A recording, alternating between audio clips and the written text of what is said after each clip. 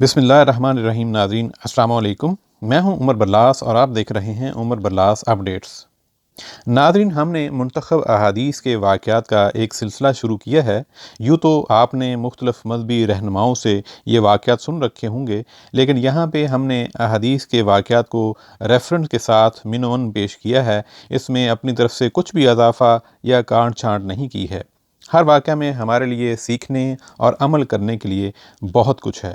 امید ہے آپ کو یہ ہمارا نیا سلسلہ پسند آئے گا۔ ناظرین، آج کا حدیث کا خوبصورت واقعہ کچھ اس طرح ہے۔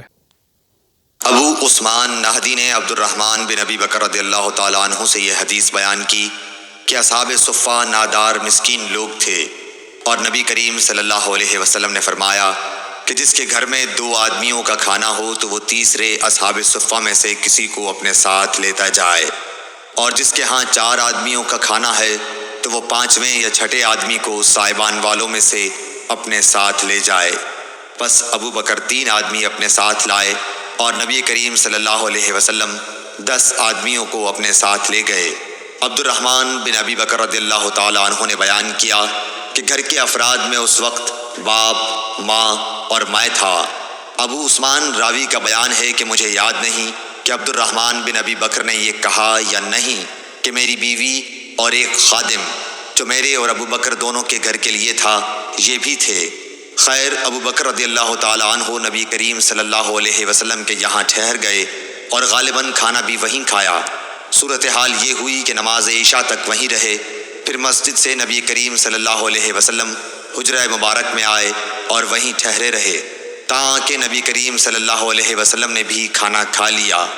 اور رات کا ایک حصہ گزر جانے کے بعد جب اللہ تعالیٰ نے چاہا تو آپ گھر تشریف لائے تو ان کی بیوی ام رومان نے کہا کہ کیا بات پیش آئی کہ مہمانوں کی خبر بھی آپ نے نہ لی، یا یہ کہا کہ مہمان کی خبر نہ لی۔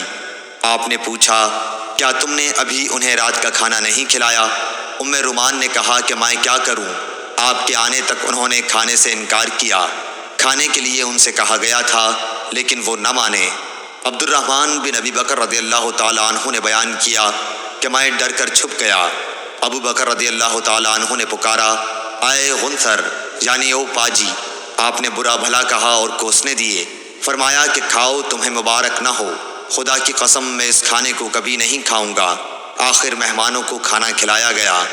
عبد الرحمن رضی اللہ تعالیٰ عنہ نے کہا، خدا گواہ ہے کہ ہم ادھر ایک لقمہ لیتے تھے اور نیچے سے پہلے سے بھی زیادہ کھانا ہو جاتا تھا۔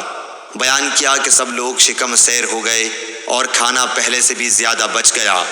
ابو بکر رضی اللہ تعالیٰ عنہ نے دیکھا تو کھانا پہلے ہی اتنا یا اس سے بھی زیادہ تھا۔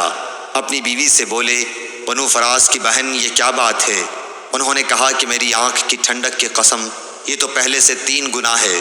پھر ابو بکر نے بھی وہ کھانا کھایا اور کہا کہ میرا قسم کھانا ایک شیطانی وسوسہ تھا۔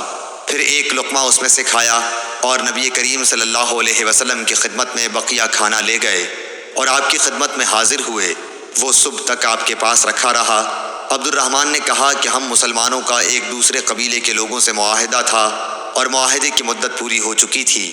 اس قبیلے کا وفد معاہدے سے بات چیت کرنے مدینے آیا ہوا تھا۔ ہم نے ان میں سے 12 آدمی جدا کیے، اور ہر ایک کے ساتھ کتنے آدمی تھے اللہ کو ہی معلوم ہے۔ ان سب نے اس میں سے کھایا۔ عبد الرحمن رضی اللہ تعالیٰ عنہ نے کچھ ایسا ہی کہا۔ صحیح بخاری حدیث نمبر 602۔ ابو بردہ نے حضرت ابو موسیٰ اشعری رضی اللہ تعالیٰ عنہ سے روایت کیا ہے، آپ نے فرمایا کہ میں نے اپنے ان ساتھیوں کے ساتھ جو کشتی میں میرے ساتھ حبشہ سے آئے تھے بقیع بطحان میں قیام کیا۔ اس وقت نبی صلی اللہ علیہ وسلم مدینہ میں تشریف رکھتے تھے۔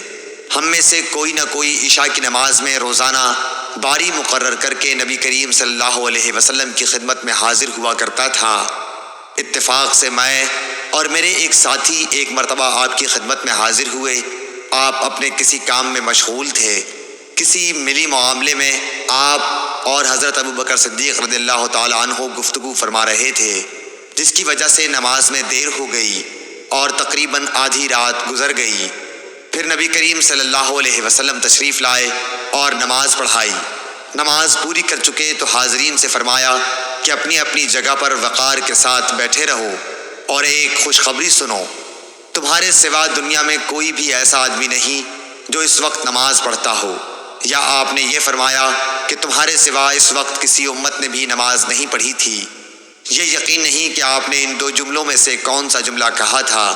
پھر راوی نے کہا کہ ابو موسیٰ رضی اللہ تعالی عنہ نے فرمایا، بس ہم نبی کریم صلی اللہ علیہ وسلم سے یہ سن کر بہت ہی خوش ہو کر لوٹے۔ صحیح بخاری حدیث نمبر 567۔ ناظرین، یہ تھا آج کا حدیث کا واقعہ۔ امید کرتا ہوں آپ کو اچھا لگا ہوگا۔ آپ سے مزید درخواست ہے کہ اس طرح کے سبق آموز واقعات اپنے گھر والوں کو اور دوست احباب کو سناتے رہا کریں، تاکہ ہم سب اپنے دین سے جڑے رہیں اور سیکھتے رہیں۔ عمر برلاس کو اجازت دیجیے۔ السلام علیکم۔